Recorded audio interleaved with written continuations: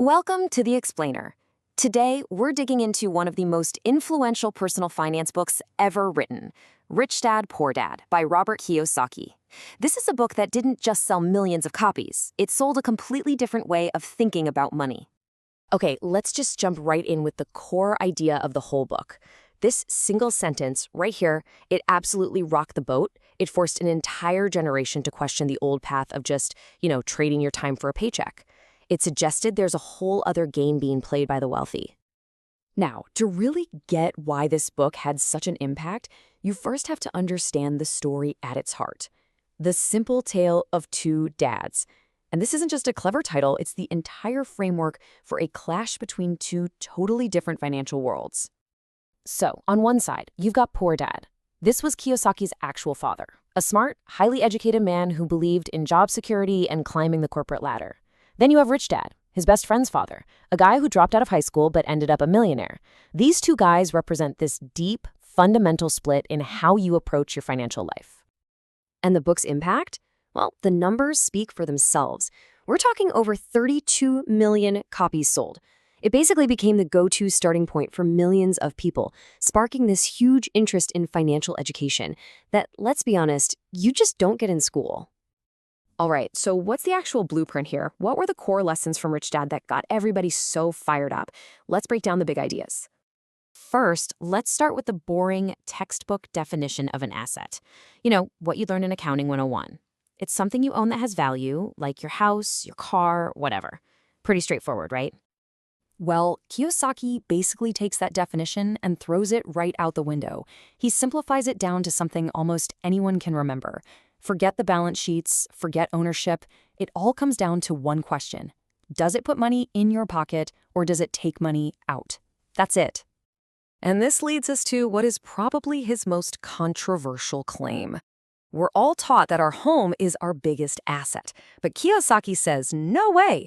He argues it's actually your biggest liability. Why? Because every single month, money flows out of your pocket for the mortgage, the taxes, the upkeep, but no money flows in.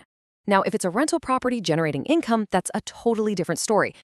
Then he introduces this idea called the cash flow quadrant. It's a simple way to see where your money comes from. On the left side, you have employees and the self-employed, people who work for money.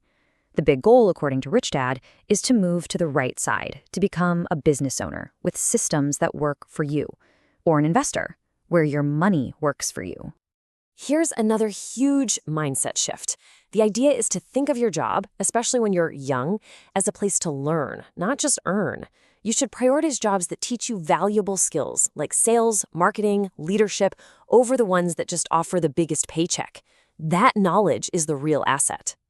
Kiyosaki also pulls back the curtain on how the wealthy play the tax game differently. See, a business owner can earn money, spend it on legitimate business needs, and then pay taxes on whatever is left over. But an employee, you earn money, get taxed on it right away, and then you try to live on what's left over.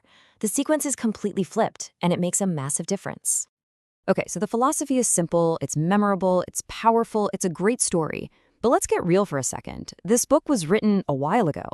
How does its advice really hold up against, academic research and today's actual market? So here's where it gets really interesting. When you compare popular advice to what the academics say, you see a big split.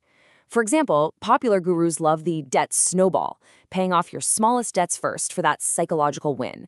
But any finance professor will tell you that's nuts. You should always pay off your highest interest debt first. It's a classic case of what feels good versus what's mathematically best. And the criticism doesn't end there. A lot of people point out that while the book is amazing at getting you hyped up, it's really, really light on the actual how-to. It gives you the mindset, but kind of leaves you hanging without a concrete plan. In fact, if you look closely, some of the specific investments mentioned in the book are, they're incredibly risky.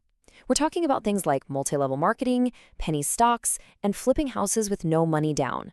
For most people, these are closer to get-rich-quick schemes than sound financial strategies.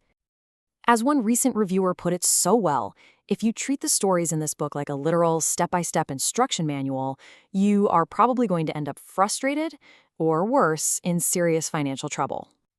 So, let's bring it all home. When you weigh the powerful message against all these valid critiques, does Rich Dad, Poor Dad actually deserve a spot on your bookshelf today? I mean, what is this book, really? Is it a dangerous collection of oversimplifications that could lead people astray? Or is it a vital primer that provides a fundamental shift in thinking that everyone needs to hear? The modern consensus seems to have landed right about here. Its real value is as a source of inspiration, not instruction. You should think of it as the ultimate financial pep talk. It's the starting pistol for the race, not the map of the entire course. So at the end of the day, you've got to see both sides of the coin. It's an absolutely brilliant tool for changing how you think about money, but it can be a pretty terrible guide for what you should actually do with your money. Ultimately, the best way to look at this book is as a spark. It's meant to light a fire, to get you interested in your finances, and to make you question everything. But to actually get where you want to go, you're going to need a much more reliable engine, one that's built on solid, practical, and modern financial advice. And that really leaves us with this final thought.